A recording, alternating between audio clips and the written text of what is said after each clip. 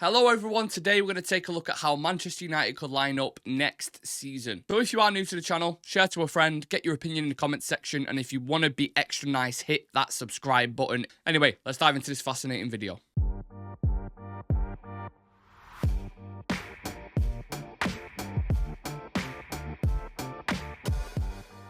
So the one question you have to ask is, what are the ambitions heading into next summer for Ineos, for the management, and for the players? Recruitment is going to be massive in terms of what players stay, what type of players we bring into the squad, what system are you looking at long term, and how can this work from top to bottom. One huge thing to consider is the system that we're going to set up. Now, this is kind of difficult because we don't really know who the next manager is going to be, or even if Erik is going to stay at the club. However, if you look at the majority of successful teams over the past couple of years, the most dominant formation being used and the most regular formation is the 4-3-3, but obviously we have room for rotation, and maybe there'll be a more structured kind of 4-2-3-1, let's say if someone like a Thomas Tuchel comes in, but we can discuss that on a later date. So starting at the back then with the controversial Andre Onana, he's had a real mixed bag this season, made a high number of mistakes, single-handedly knocked us out of the Champions League, but then his performances for the most part in the Premier League have been pretty good, and he's also faced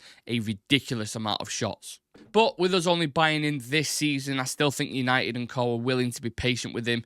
He has shown patches of brilliance in fairness with his distribution, shot-stopping ability, and commanding the back four, but not on a consistent basis. He's only just turned 28 as well, so there is plenty of room to improve. And if we're going to go forward with this kind of possession-based style, teams pushing up the pitch, your modern kind of goalkeeper, he is going to be pivotal to building up from that, and that's where our next player comes into it. So, Lisandro Martinez has struggled with two big injuries this season, having a couple of setbacks with his metatarsal injury. Then, of course, he had the knee injury where Kufal fell on it awkwardly, and then recently sustaining a muscle injury in training. So we've barely seen him at all this season. He's literally had a handful of appearances. Has to be said, though, when the time he has played for us, he is one of our most important players. There's no two ways about it. His composure at the back, leadership, spatial awareness, tenacity, and most importantly, his outstanding ability on the ball comes hand in hand with Onana, as we've seen already a couple of times this season.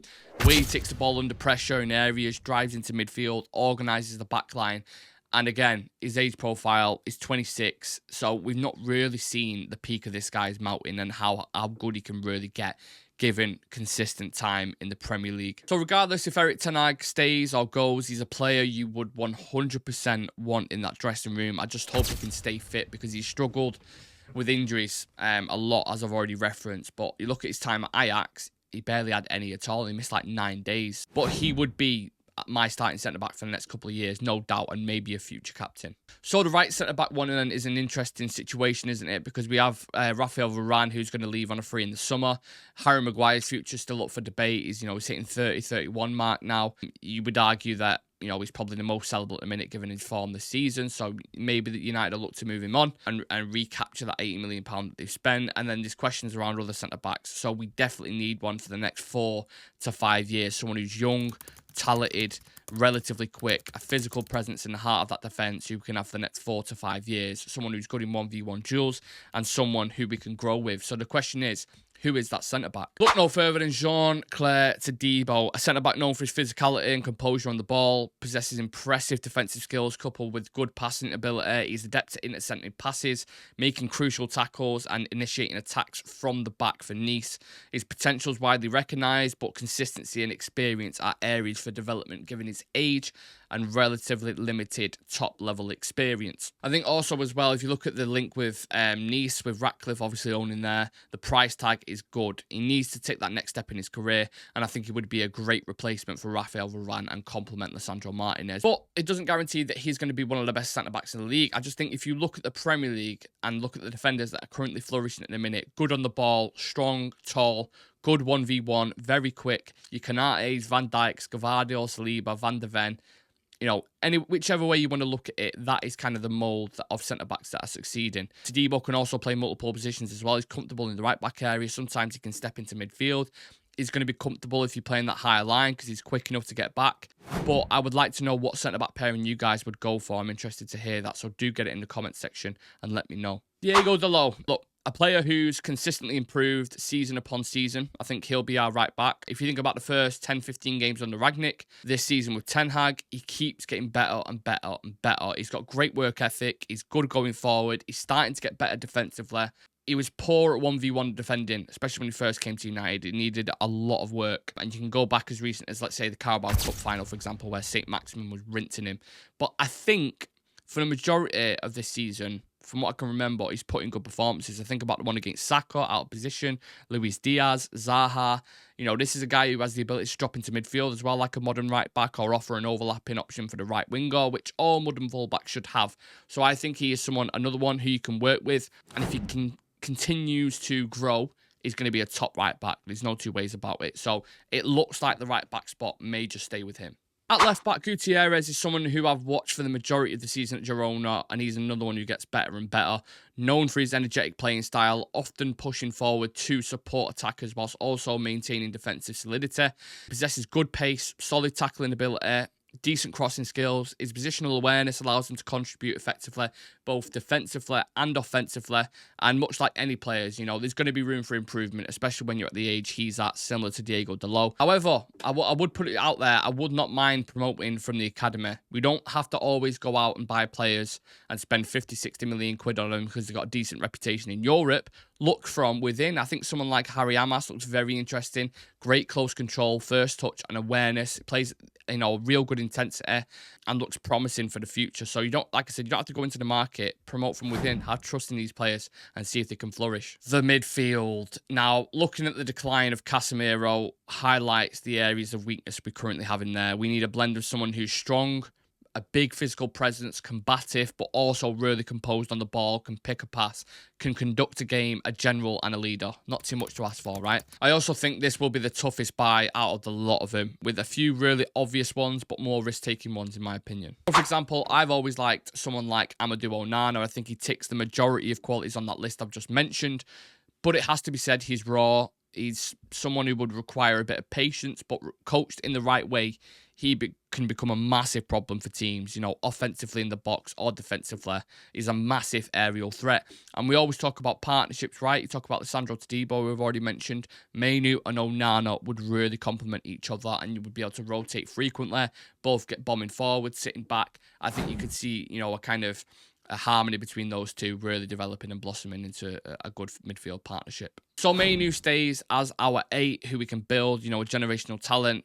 But I'd like to look at João Neves as well. Like I said, Mainu for the future, 100%.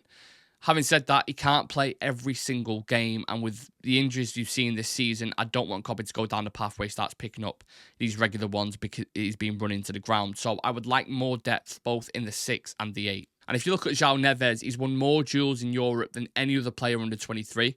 He's looked really good in the Champions League. We've seen bits of Bruno talking to him as well on international duty, maybe getting a little word in his ear there, Mr. Scout Bruno. He can control the tempo, aggressive in the press, a real good tackler. Probably what Chelsea expected from Enzo Fernandez, to be honest with you. But again, it maybe we'll sign him and he'll turn out like that. But I think he looks like a real promising talent.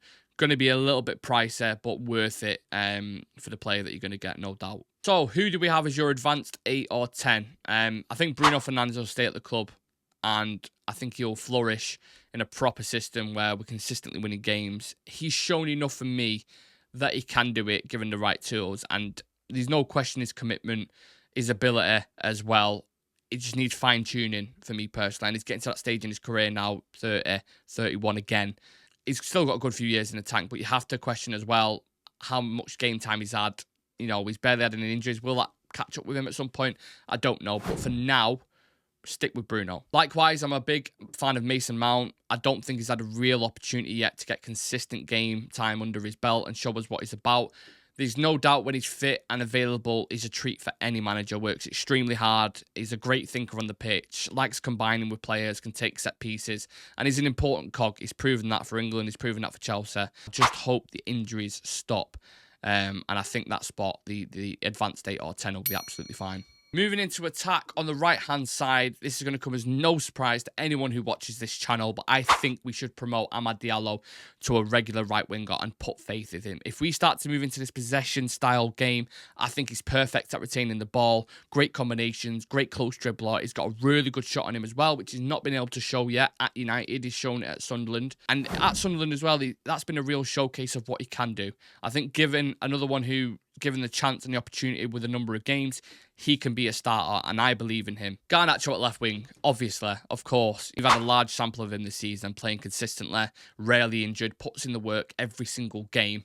Both-footed, a scorer of great goals, runs at defenders consistently, a mega talent. We don't need to buy anyone in that position, and I would actually start Garnacho over Marcus Rashford 100%, and maybe even accept an offer for Marcus, if I'm being brutally honest. Even if you look at Garnacho's stats, right, he's scored more goals than any other teenager in the Premier League and registered more assists than anyone under the age of 20, I think it is. He's good on either side of the wing, can play as a second striker as well. So he absolutely starts on the left-hand side for us. The main man, the number 9. Look, I think when you spend £70 million on a striker like Rasmus Højlund, with the bits he's shown already, the goals he's scored, his personality, how hard he works, he is someone you should put time into, put trust into, and develop. Having said that, he obviously can't do it all on his own, and he's the only current fit available striker for United at the moment, so he's dealt with enormous pressure this season. So this is where Benjamin Sesko comes into the frame. I think he's a similar type of player to Højlund.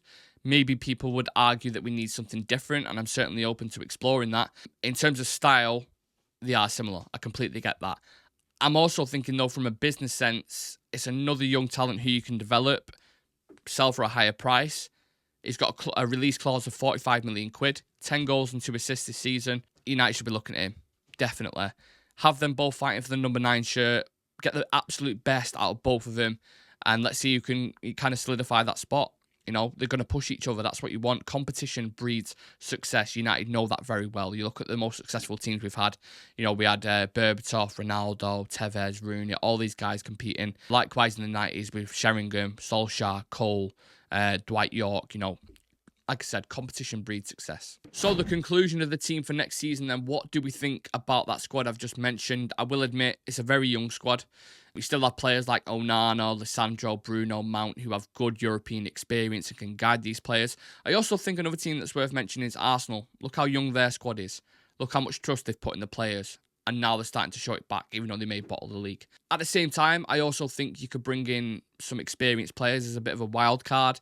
Someone like a Paulo Dybala or a Rabiot would be good for that kind of extra senior management. We also don't know what's going to happen with the current experienced players at the club. Maybe they will keep hold of a couple of them. You know, a surprise Varane stays or something, for example. So I'd like to see, you know, we can get a blend of both married together, because I think that's going to be pivotal for success. But let me know your opinions in the comment section. Challenge my picks, debate the tactics and the system, because that's what this is all about. I think we have an exciting summer coming up, and who knows, we might not even sign any of the players that I've just mentioned. I just hope Ineos have a plan.